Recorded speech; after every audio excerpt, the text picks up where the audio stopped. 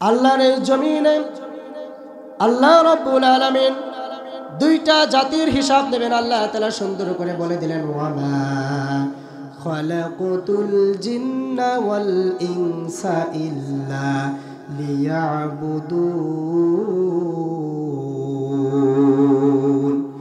আল্লাহ রাব্বুল আলামিন বলেন, আমি জিন এবং মানুষের হিসাব নেব। দুনিয়াতে জিন এবং মানুষকে পাঠিয়েছি আমার ইবাদত করার জন্য, আমার গোলামি করার জন্য, আর আমার দাসত্ব করবার জন্য। আল্লাহ রাব্বুল আলামিন কোরআনের মধ্যে বিভিন্ন জায়গায় ডাকেছেন, ইয়া আইয়ুহান নাস, হে মানব সকল, একটু বুঝবেন, ভালো করে হৃদয়ের কানটা লাগায়া দেন। আল্লাহ মানুষকে ডাকলেন, মানুষের মধ্যেও আমরা আছি। অতঃপর আল্লাহ রাব্বুল আলামিন ডাকলেন, ইয়া আইয়ুহাল্লাযীনা আমানু, হে ঈমানদারগণ, তাকায়া দেখেন যারা মুসলমান তাদেরকে আল্লাহ রাব্বুল আলামিন ঈমানদার বলে ডাক দিলেন। আমরা মানুষের মধ্যেও আছি, ঈমানদারের মধ্যেও আছি। এজন্যই আল্লাহ রাব্বুল আলামিন মানুষকে আশরাফুল মাখলুকাত বলেছেন, সৃষ্টির শ্রেষ্ঠ জীব। কিন্তু একটাবার লক্ষ্য করে দেখেন, সৃষ্টির শ্রেষ্ঠ জীব যারা, তারাই নিকৃষ্ট কাজ করে। কথা বলেন ঠিক কি না? সম্মানিত ভাইরা আমার, সৃষ্টির শ্রেষ্ঠ জীব আমরা, আর সৃষ্টির শ্রেষ্ঠ শিক্ষা হচ্ছে আল কোরআন। কথা বলেন ঠিক কি না? সেই কোরআনের শিক্ষাই তো মাদ্রাসায় দেওয়া হয়। আমাদের মূল থিম হলো বেসিকে আমরা বাচ্চাদের মাথার মধ্যে, মস্তিষ্কের মধ্যে কোরআনের জ্ঞান আর হাদিসের জ্ঞান দিতে চাই। কথা বলেন ঠিক কি না? সম্মানিত ভাইরা আমার, আল্লাহ রাব্বুল আলামিন বলেন, মুসলমানের কিছু দায়িত্ব আছে। মুসলমানের দায়িত্ব কি? আল্লাহ রাব্বুল আলামিন সূরাতুল হামি ওয়াস সাজদা 33 নম্বর আয়াতের মধ্যে সুন্দর করে বলে দিলেন, ওয়ামান আহসানু কাওলাম মিম্মান দাআ ইলাল্লাহি ওয়া আমিলা সালিহান ওয়া ক্বালা ইন্নানি মিনাল মুসলিমিন। ইরশাদ হচ্ছে, আর তার কথার চেয়ে কার কথা উত্তম হতে পারে, যে কোরআনের দিকে ডাকে, ইসলামের দিকে ডাকে, আল্লাহর দিকে ডাকে। সুতরাং মুসলমানের মূল কাজ হলো আল্লাহর এই কোরআন তার দুনিয়ায়, তার জমিনের মধ্যে প্রতিষ্ঠা করা। আল্লাহ রাব্বুল আলামিন বলেন, ভালো মানুষ হওয়া লাগবে। আর ভালো মানুষের কাজ কি? আল্লাহ রাব্বুল আলামিন সে কথা কোরআনের মধ্যে দলিল দিয়ে সুন্দর করে বলে দিলেন, কুনতুম খায়রা উম্মাতিন উখরিজাত লিন্নাস তা'মুরুনা বিল মা'রুফ ওয়া তানহাউনা আনিল মুনকার ওয়া তু'মিনুনা বিল্লাহ। আল্লাহু আকবার বলেন। আল্লাহ রাব্বুল আলামিন বলে দিলেন, ভালো মানুষ তো তারা, উত্তম মানুষ তো তারা যারা তা'মুরুনা বিল মা'রুফ, ভালো কাজের আদেশ দেয়, নিজে ভালো কাজ করে, ওয়া তানহাউনা আনিল মুনকার, এবং খারাপ কাজ থেকে মানুষগুলোকে নিষেধ করে দেয়, এবং নিজেরা সুন্দর করে বলে, ওয়া তু'মিনুনা বিল্লাহ, ঈমান এনেছি আমার আল্লাহর উপরে। সম্মানিত ভাইরা আমার, আজকে আমি আপনাদের মাঝে যে একটি আয়াত নিয়েছি, আল্লাহ রাব্বুল আলামিন এই আয়াতের মধ্যে সুন্দর করে বলে দিয়েছেন, ইন্নাল্লাহা রাব্বি, নিশ্চয় আমি তোমার রব এবং তোমাদের রব, অরব্বুকুম, তোমাদের রব। আল্লাহ রাসূল সাল্লাল্লাহু আলাইহি সাল্লামকে আল্লাহ রাব্বুল আলামিন ডেকে বললেন, ইন্নাল্লাহা রাব্বি, নিশ্চয় আমি তোমার রব, অরব্বুকুম, তোমাদের রব, ফাবুদু, ইবাদত করো। কার ইবাদত করব? আল্লাহর ইবাদত করা লাগবে। আল্লাহ তাআলা সুন্দর করে জানায়া দিলেন, হাদা সিরাতুম মুস্তাকিম, এটাই হলো সরল সোজা পথ। আমাদের সরল সোজা পথের দিকে অনুসারী হওয়া লাগবে, অগ্রসর হওয়া লাগবে। কি করে হব? রবকে কি করে চিনব? আমরা তো জানি শুধুমাত্র ওই যে রুহুর জগৎ থেকে বলে এসেছি, রব হলেন আল্লাহ। আমরা চিনি রুহুর জগৎ থেকে আমার রব হলেন আল্লাহ। রুহুর জগতের মধ্যে যখন আল্লাহ রাব্বুল আলামিন হযরত আদম আলাইহিস সালামকে নিয়ে গিয়ে সমস্ত রুহুগুলাকে জিজ্ঞাসা করলেন, আলাস্তু বিরাব্বিকুম, তোমাদের রবকে? ওই সময় আমরা বলে দিলাম, ক্বালু বালা, তুমি আমাদের রব গো আল্লাহ, অবশ্যই তুমি আমাদের রব। তখন বলে দিলাম, তুমি আমাদের রব, শুধু তাই নয়, বাবা মার মিলনের মাধ্যম দিয়া দুনিয়াতে জন্ম হয়ে গেল। জন্ম হওয়ার সঙ্গে সঙ্গে আমার কানের মধ্যে আজান আর ইকামত দিয়ে জানায়া দিলেন আল্লাহু আকবার। প্রথম শব্দ আল্লাহ সবচেয়ে বড়, আল্লাহ সবচেয়ে বড় জানায়া দিলেন। আবার সর্বশেষ শব্দ যেটা দিয়ে আজান শেষ হলো, ইকামত শেষ হলো, সেটা হলো লা ইলাহা ইল্লাল্লাহ। ওখানে জানায়া দিলেন আল্লাহ ছাড়া কোনো মাবুদ নাই, আল্লাহ ছাড়া কোনো ইলাহ নাই, তার ইবাদত করা লাগবে, তার গোলামি করা লাগবে, তার দাসত্ব করা লাগবে। শুধু তাই নয়, জন্মের পরে জানায়া দিলেন আল্লাহ সবচেয়ে বড়, আল্লাহ ছাড়া কোনো মাবুদ নাই। আবার যখন আস্তে আস্তে বড় হলাম, সুন্নতে খাতনার সময় হয়ে গেল। হাজাম সাহেব যখন সুন্নতে খাতনা করে দেয়, ওই সময় এই পেশাল সেই গল্প করার পরে সর্বশেষ একটি কথা সুন্দর করে জানায়া দেয়। চোখটা বন্ধ করে চোখটা ধরে বলে, তুমি পড়ো তো কালেমা তাইয়্যিবা লা ইলাহা ইল্লাল্লাহু মুহাম্মাদুর রাসূলুল্লাহ। কালেমা পড়াও শেষ, ওনার অপারেশন সাকসেসফুল। আওয়াজ দিয়ে বলেন ঠিক কিনা? সুতরাং হাজাম সাহেব সুন্নতে খাতনা করার সময় নতুন করে মুসলমান বানায়া দিলেন, বলে দিলেন লা ইলাহা ইল্লাল্লাহ, আল্লাহ ছাড়া কোনো মাহবুদ নাই। আস্তে আস্তে করে আমরা শুধু রবকে চিনতেছি, আমরা রুহুর জগৎ থেকে সাক্ষ্য দিচ্ছি আল্লাহ ছাড়া কোনো মাহবুদ নাই। কথা বলেন ঠিক কিনা? আস্তে আস্তে আরেকটু বড় হলাম, বাবা মা মুক্তবে পড়ার জন্য দিয়ে দিলেন।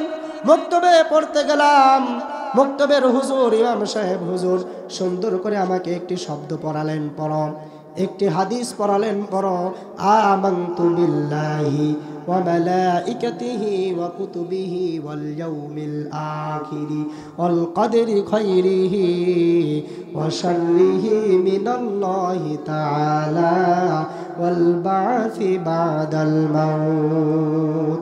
ওই সময় সুন্দর করে আমাকে আপনাকে ইমাম সাহেব হুজুর একটি ওয়াদা পড়ালেন, প্রতিজ্ঞা করালেন, যেভাবে স্কুলের মধ্যে হাই স্কুল বলেন, প্রাইমারি স্কুল বলেন, সুন্দর করে অ্যাসেম্বলি করানো হয়, যেই অ্যাসেম্বলির মধ্যে ছেলেপেলেগুলো সুন্দর করে হাত তুলে একটি করে শপথ করে আমি দেশের জন্য এই করব, দেশের জন্য ওই করব শপথ করে।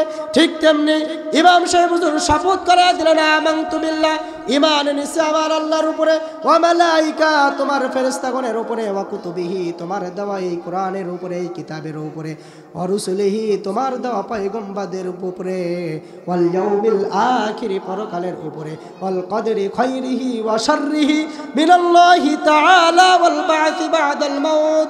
এবং জানায়া দিলেন আল্লাহ তোমার তাকদীরের উপরে যা রেখেছে তার উপরে বিশ্বাস রাখো।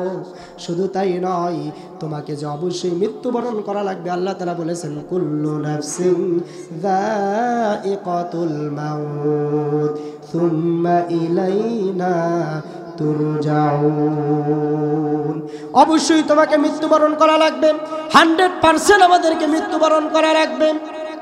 যদি তাই হয়, যখন আমি আপনি মৃত্যুবরণ করলাম, মৃত্যুবরণ করার সঙ্গে সঙ্গে সকলে মানুষ মৃত্যুর খবর শোনা মাত্র পড়লেন ইন্না লিল্লাহি ওয়া ইন্না ইলাইহি রাজিউন। এর মধ্যে আল্লাহর নাম আছে না নাই? এর মধ্যে আল্লাহর নাম আছে। অতঃপর যখন জানাজার নামাজে আমরা দাঁড়ালাম, জানাজার নামাজের সময় সর্বপ্রথম তাকবীর দেয় আল্লাহু আকবার, যার অর্থ হলো আল্লাহ ছোট। আল্লাহ কি ছোট? আল্লাহ কত? আল্লাহ কি? আল্লাহ বড়। আপনারা তো মানুষ যতই কম থাকেন, বদরের ময়দানে সাহাবা আজমাইনদের সংখ্যা ছিল 313 জন, কিন্তু ইহুদি খ্রিস্টান নাসারা তাদের সংখ্যা ছিল 1000-এর চেয়েও বেশি। বিজয় হয়েছিল কাদের? মুসলমানদের। সংখ্যায় কম থাকতে পারে, আওয়াজ দিয়ে বুঝাইয়া দিব, সংখ্যায় কম থাকতে পারে, ইমানি শক্তি বেশি আছে। কথা বলেন ঠিক কিনা? সুতরাং জানাজার নামাজের শুরুতেই তাকবীর দিলেন আল্লাহু আকবার। ইমাম সাহেব হুজুর তাকবীর দিলেন আল্লাহ সবচেয়ে বড়। এর মধ্যে যতগুলো দোয়া পড়লাম, এর মধ্যে আল্লাহর নাম আছে না নাই? তাহলে বোঝেন, রুহুর জগৎ থেকে নিয়ে জন্ম হলো, রুহুর জগতে সাক্ষ্য দিলাম আমার রব আল্লাহ। জন্ম হলো, কানের মধ্যে আওয়াজ আসলো, রব হলেন আল্লাহ। সুন্নতে খাতনার সময় মুসলমানি করায়া দিল, রব হলেন আল্লাহ। মাকতবে পড়তে গেলাম, ইমাম সাহেব হুজুর সর্বপ্রথম বেসিকে জানায়া দিলেন রব হলেন আল্লাহ। আস্তে আস্তে বড় হলাম, মৃত্যু পর্যন্ত হয়ে গেল, তখনও জানায়া দিলেন রব হলেন আল্লাহ। এখন বলেন তো আমাদের রব কে? আরেকটু আওয়াজ দিয়ে বলেন রব কে? রব হলেন আল্লাহ। সেই আল্লাহর কোরআন দুনিয়ার মধ্যে, আল্লাহর এই জমিনে বাস্তবায়ন করার দরকার আছে না নাই? সম্মানিত ভাইরা আমার, সেই কোরআন বাস্তবায়নের জন্য এমন প্রতিষ্ঠান করানো। শুধু তাই নয়, এরকম মাদ্রাসা প্রতিষ্ঠান বিভিন্ন জায়গায় আছে। আপনারা দেখবেন যেখানে কোরআনের তাফসির পড়ানো হয়, যেখানে কোরআনের সুন্দর জ্ঞান মানুষের মাঝে দেওয়া হয়, সেখানে আপনার সন্তানকে ভর্তি করাবেন এবং তাদের বেসিকে কোরআন এবং হাদিসের জ্ঞান দিয়ে দিবেন। ইনশাল্লাহ চেষ্টা করব, বলেন ইনশাল্লাহ। সম্মানিত ভাইয়েরা আমার, আমি আপনাদেরকে একটি হাদিস শোনায় দিতে চাই। বিশ্ব নবী সাল্লাল্লাহু আলাইহি ওয়াসাল্লাম কয়েকজন সাহাবা আজমাইনদেরকে নিয়ে বসা। এমনই সময় হযরতে জিবরাইল আলাইহিস সালাতু ওয়াস সালাম সাল্লাল্লাহু আলাইহি ওয়াসাল্লামের কাছে এসে সুন্দর করে কোরআনটাকে তার উপরে নাজিল করে দিলেন। বলেন আর রহমান আল্লামাল কুরআন খলাকাল ইনসানা আল্লামাহুল বায়ান। সূরা আর রহমান নাজিল হয়ে গেল। বিশ্বনবী জনাবে মুহাম্মদুর রাসূলুল্লাহ সাল্লাল্লাহু আলাইহি ওয়াসাল্লাম সুন্দর করে ওই সময় বলে দিলেন, ও আমার সাহাবীরা, তোমাদের মধ্যে এমন কে আছো যে ওই কাবা ঘরের মধ্যে গিয়ে আল্লাহর এই কোরআন তেলাওয়াত করতে পারবে? বিশ্বনবী সাল্লাল্লাহু আলাইহি ওয়াসাল্লামের সর্বোচ্চ ছোট মানের সাহাবী আব্দুল্লাহ ইবনে মাসউদ রাদিয়াল্লাহু তাআলা আনহু লাফ দিয়ে দাঁড়ালেন, ওগো নবীজি, ওই কাবা ঘরের মধ্যে বসে আল্লাহর কোরআন আমি তেলাওয়াত করতে চাই। বিশ্বনবী সাল্লাল্লাহু আলাইহি ওয়াসাল্লাম সুন্দর করে জানায় দিলেন, আব্দুল্লাহ ইবনে মাসউদ, তোমার বয়স ছোট, তুমি অল্প বয়স, তুমি ছোট্ট মানুষ, ওখানে গিয়ে কোরআন পড়ে ওখানে যেই ঝড় হবে তুমি সহ্য করতে পারবে না, তুমি বসো। আব্দুল্লাহ ইবনে মাসউদ আবার বসে পড়লেন। বিশ্বনবী সাল্লাল্লাহু আলাইহি ওয়াসাল্লাম আবার বললেন, এমন কে আসো আমার সাহাবীর মধ্যে যে কিনা কাবা ঘরের মধ্যে বসে আল্লাহর এই কোরআন তেলাওয়াত করতে পারবে? বলতে দেরি আব্দুল্লাহ ইবনে মাসউদের দাঁড়াইতে দেরি হয় নাই। আব্দুল্লাহ ইবনে মাসউদ আবার দাঁড়ালেন, ছোট্ট মানুষ। বিশ্বনবী সাল্লাল্লাহু আলাইহি ওয়াসাল্লাম সুন্দর করে বলে দিলেন, ও আব্দুল্লাহ ইবনে মাসউদ, তুমি যদি আল্লাহর এই কোরআন কাবা ঘরের মধ্যে তেলাওয়াত করো, যখন তুমি তেলাওয়াত শুরু করে দিবা, তোমার উপরে ঝড় উঠে আসবে, তোমাকে তারা মারবে, অত্যাচার করবে, আবু জাহেলের দলের লোকেরা, তুমি সহ্য করতে পারবা না। আব্দুল্লাহ ইবনে মাসউদ সুন্দর করে বলে দিলেন, ওগো নবী, আল্লাহর এই কোরআনের জন্য নিজের জীবনটাকে দেওয়ার জন্য সদা সর্বদা আমি আব্দুল্লাহ ইবনে মাসউদ প্রস্তুত। সুবহানাল্লাহ বলেন। বিশ্বনবী সাল্লাল্লাহু আলাইহি ওয়াসাল্লাম আব্দুল্লাহ ইবনে মাসউদকে ডেকে বললেন, ও আব্দুল্লাহ ইবনে মাসউদ, যাও যাও কোরআন তেলাওয়াত করার জন্য চলে যাও। আব্দুল্লাহ ইবনে মাসউদ কাবা ঘরের মধ্যে সুন্দর করে বসলেন, কোরআনটা খুললেন এবং পড়লেন, আর রহমান আল্লামাল কুরআন খলাকাল ইনসানা আল্লামাহুল বায়ান।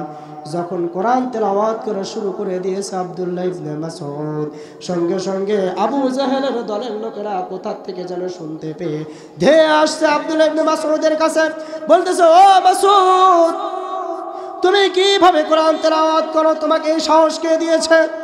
বলতেছে, বিশ্ব নবী সাল্লাল্লাহু আলাইহি ওয়াসাল্লামের উপরে যেই কোরআনটা নাজিল হয়ে গেল, সেই কোরআন তেলাওয়াত করার জন্য সাহস লাগে না।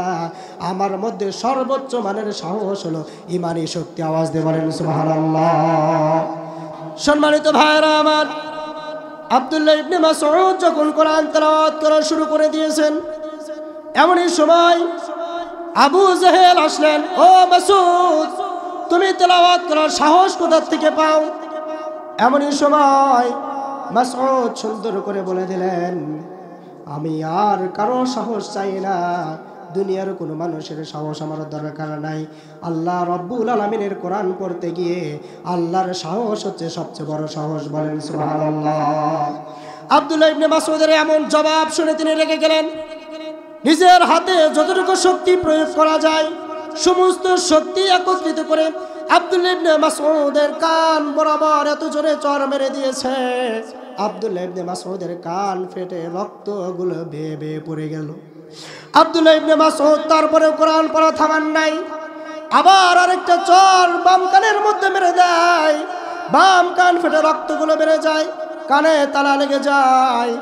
এমন সময় আব্দুল্লাহ ইবনে মাসউদ ওখান থেকে একটা দৌড় দিয়া জঙ্গলের মধ্যে দৌড় দেয়। বিশ্বনবী সাল্লাল্লাহু আলাইহি ওয়াসাল্লাম আস্তে আস্তে গিয়ে দেখতে পেলেন আব্দুল্লাহ ইবনে মাসউদ জঙ্গলের মধ্যে ক্রন্দন করে। ও মাসউদ, কি হয়েছে তোমার বলো? আব্দুল্লাহ ইবনে মাসউদ রাদিয়াল্লাহু তাআলা আনহু বিশ্বনবী সাল্লাল্লাহু আলাইহি সাল্লামকে বললেন, ইয়া রাসূলুল্লাহ, ওরা আমাকে এমন ভাবে মেরেছে নবী গো, আপনি কি বলেন আমি শুনতে পারি না, আমার কান দিয়ে টপ টপ করে পানিগুলো পড়ে, আপনি কি বলেন আমার অন্তরের মধ্যে আমার কর্ণদয়ের মধ্যে আসে না নবী? বিশ্বনবী সাল্লাল্লাহু আলাইহি সাল্লামের বরকতি হাত কানের সাথে বুলাইয়া দিলেন, রক্ত পড়া বন্ধ হয়ে গেল। মাসউদ বললেন, ওগো নবী, এখন আপনি যা বলেন আমি কিছুই শুনতে পাই না। বিশ্বনবী সাল্লাল্লাহু আলাইহি ওয়াসাল্লাম আব্দুল্লাহ ইবনে মাসউদ রাদিয়াল্লাহু তাআলা আনহুকে বুকের সাথে জড়ায়া ধরলেন এবং বললেন, মাসউদ রে, এই কোরআনের দাওয়াত যারা দিয়েছে কিয়ামত পর্যন্ত তাদেরকে একইভাবে মার খেতে হবে। আওয়াজ দিয়ে বলেন ঠিক কি না?